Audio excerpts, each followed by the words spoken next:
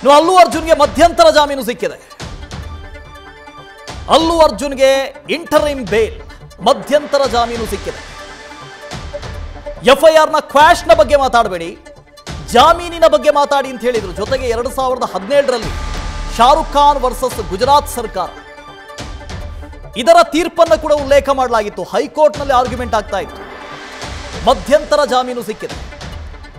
2017ರಲ್ಲಿ ಶಾರುಖ್ ಖಾನ್ ಪ್ರಕರಣದಲ್ಲಿ ಶಾರುಖ್ ಖಾನ್ ಅವರನ್ನ ಖುಲಾಸೆ ಮಾಡಲಾಗಿತ್ತು. ಇಲ್ಲಿ 14 ದಿನಗಳವರೆಗೆ ಮ್ಯಾಜಿಸ್ಟ್ರೇಟ್ ಕೋರ್ಟ್ ಅಲ್ಲು ಅರ್ಜುನ್ ಅವರಿಗೆ ನ್ಯಾಯಾಂಗ ಬಂಧನವನ್ನು ವಿಧಿಸಲಾಗಿತ್ತು.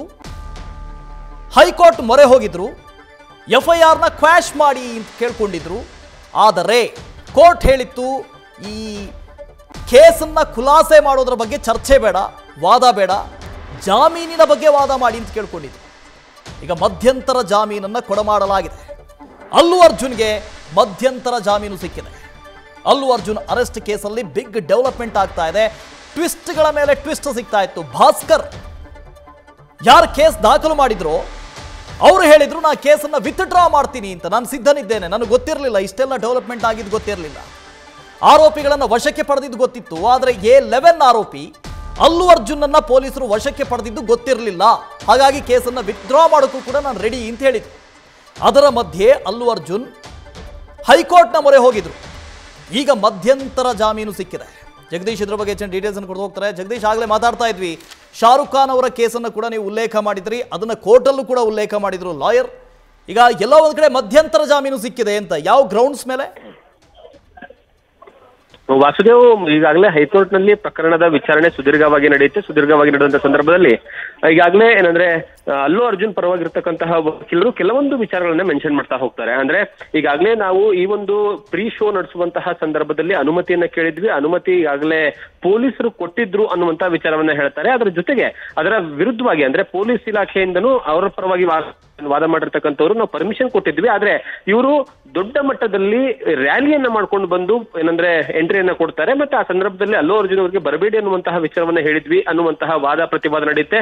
ಅಂತಿಮವಾಗಿ ಅಲ್ಲಿ ಫೈನಲ್ ಆಗಿ ಮೆನ್ಷನ್ ಆಗುವಂತಹ ವಿಚಾರ ಯಾವುದು ಅಂದ್ರೆ ಒಂದು ಕೇಸ್ ರೆಫರೆನ್ಸ್ ಆಗುತ್ತೆ. ಅದು ಶಾರುಖ್ ಖಾನ್ ವರ್ಸಸ್ ಗುಜರಾತ್ ಸರ್ಕಾರದ ನಡುವೆ ನಡೆದಿರ್ತಕ್ಕಂತಹ ಪ್ರಕರಣ. ಆ ಪ್ರಕರಣ ಏನು ಅಂದ್ರೆ, ಅವಾಗ ಶಾರುಖ್ ಖಾನ್ ಅವರು ಮುಂಬೈನಿಂದ ದೆಹಲಿಗೆ ಹೋಗುವಂತಹ ಸಂದರ್ಭದಲ್ಲಿ ಅಲ್ಲಿ ವಡೋದರಾದಲ್ಲಿ ಒಂದು ರೈಲ್ನಲ್ಲಿ ಹೋಗುವಂತಹ ಸಂದರ್ಭದಲ್ಲಿ ದೊಡ್ಡ ಮಟ್ಟದಲ್ಲಿ ಜನ ಸೇರುತ್ತೆ, ಒಂದು ಮೂವಿಯ ಇದು ನಡೀತಾ ಇರುತ್ತೆ, ಪ್ರಚಾರ ನಡೀತಾ ಇರುತ್ತೆ. ಆ ಸಂದರ್ಭದಲ್ಲಿ ಶಾರುಖ್ ಖಾನ್ ಒಂದು ತಮ್ಮ ಶರ್ಟ್ ಅನ್ನ ಎಸೆಯುತ್ತಾರೆ ಜನರಲ್ಲಿ. ಆ ಸಂದರ್ಭದಲ್ಲಿ ಅದನ್ನ ತೆಗೆದುಕೊಳ್ಳೋ ಸಲುವಾಗಿ ಬಹಳಷ್ಟು ಜನ ಬಂದ್ಬಿಡ್ತಾರೆ. ಅವಾಗ ಕಾಲ್ ತುಳಿಸಿದ ಒಬ್ಬ ವ್ಯಕ್ತಿ ಸಾಯ್ತಾನೆ. ಆ ಪ್ರಕರಣಕ್ಕೆ ಸಂಬಂಧಪಟ್ಟ ಹಾಗೆ ಆ ಪ್ರಕರಣವನ್ನ ಉಲ್ಲೇಖಿಸಲಾಗುತ್ತೆ. ಆ ಪ್ರಕರಣದಲ್ಲಿ ಶಾರುಖ್ ಖಾನ್ ಅವರನ್ನ ಖುಲಾಸೆ ಮಾಡಲಾಗಿತ್ತು. ಕಾರಣ ಏನು ಅಂತಂದ್ರೆ, ಯಾವುದೇ ಕಾರಣಕ್ಕೂ ಶಾರುಖ್ ಖಾನ್ ಅವರು ಈ ಒಂದು ಸಂದರ್ಭದಲ್ಲಿ ನೇರವಾಗಿ ಭಾಗಿಯಾಗಿಲ್ಲ, ಮತ್ತೆ ಉದ್ದೇಶಪೂರ್ವಕವಾಗಿ ಈ ಒಂದು ಕೊಲೆಗೆ ಅವರು ಪಾತ್ರ ಆಗೋದಿಲ್ಲ ಅನ್ನುವಂತಹ ವಿಚಾರವನ್ನ ಮೆನ್ಷನ್ ಮಾಡಿ ಆ ಪ್ರಕರಣದಲ್ಲಿ ಅವಾಗ ಅಂದ್ರೆ ಖುಲಾಸೆ ಮಾಡಲಾಗಿತ್ತು. ಇದೇ ಪ್ರಕರಣವನ್ನ ಇಟ್ಕೊಂಡು ಇವತ್ತು ಪ್ರಕರಣದಲ್ಲೂ ಸಹಿತ ವಾದವನ್ನ ಮಂಡನೆ ಮಾಡಲಾಗುತ್ತೆ. ಇಲ್ಲೂ ಸಹಿತ ಅದನ್ನೇ ಹೇಳಿದ್ದು, ಅಲ್ಲು ಅರ್ಜುನ್ ಅವರ ಪಾತ್ರ ಯಾವುದೇ ಕಾರಣಕ್ಕೂ ಸಹಿತ ಇಲ್ಲಿ ಇಲ್ಲ. ಅವರು ನೇರವಾಗಿ ಆಗ್ಲಿ ಅಥವಾ ಪ್ರತ್ಯಕ್ಷವಾಗ್ಲಿ ಅಥವಾ ಪರೋಕ್ಷವಾಗಿ ಎಲ್ಲೂ ಸಹಿತ ಭಾಗಿಯಾಗಿಲ್ಲ ಅವರು. ಹಾಗಾಗಿ ಈ ಪ್ರಕರಣದಲ್ಲಿ ಯಾವುದೇ ಕಾರಣಕ್ಕೂ ಸಹಿತ ಇವರನ್ನ ಏನಂದ್ರೆ ಏನೋ ಜಾಮೀನ ಕೊಡಬೇಕು ಇವರಿಗೆ ಅನ್ನುವಂತಹ ವಿಚಾರವನ್ನ ಮೆನ್ಷನ್ ಮಾಡ್ತಾರೆ. ಅದೇ ರೀತಿಯಾಗಿ ಕೊನೆಗೆ ಫಸ್ಟ್ ಪ್ರಕರಣವನ್ನ ರದ್ದತಿ ಮಾಡಿ ಕೇಳಿ ಏನಂತಂದ್ರೆ ಅರ್ಜಿಯನ್ನ ಸಲ್ಲಿಸಲಾಗುತ್ತೆ.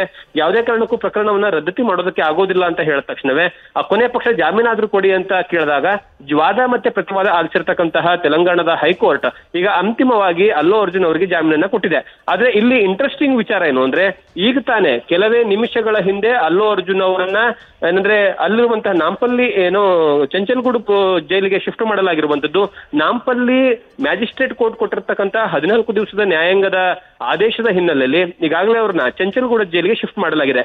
ಈಗ ತಾನೇ ಬಂದಿರುವಂತಹ ಹೈಕೋರ್ಟ್ ಆದೇಶದಿಂದ ಈಗ ಅವರನ್ನ ಅಲ್ಲೇ ಇಟ್ಕೊಳ್ತಾರಾ ಅಥವಾ ಆ ಒಂದು ಪ್ರತಿಯನ್ನ ಜಾಮೀನಿನ ಪ್ರತಿಯನ್ನ ಈಗಾಗಲೇ ಅಲ್ಲಿರುವಂತಹ ಚಂಚಲ್ಗೂಡು ಜೈಲಿಗೆ ಶಿಫ್ಟ್ ಏನೋ ಮಾಹಿತಿಯನ್ನ ಕೊಟ್ಟು ಅವರನ್ನು ವಾಪಸ್ ಕರ್ಕೊಂಡ್ ಬರ್ತಾರೆ ಅನ್ನುವಂಥದ್ದು ಎಕ್ಸ್ಟ್ರಾ ಪ್ರಶ್ನೆ.